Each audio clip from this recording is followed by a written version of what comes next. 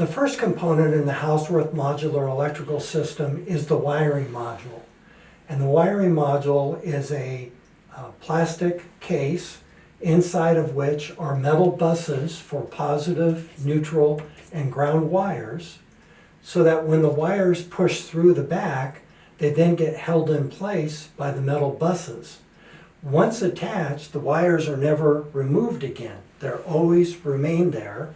And additionally, if another component such as a light or a fan needs to be installed, electrical power can come by pushing new wires into the back of the wiring module.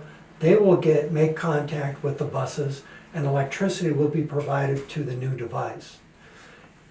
The front of the wiring module has openings for blades of the new modules or switches that push in.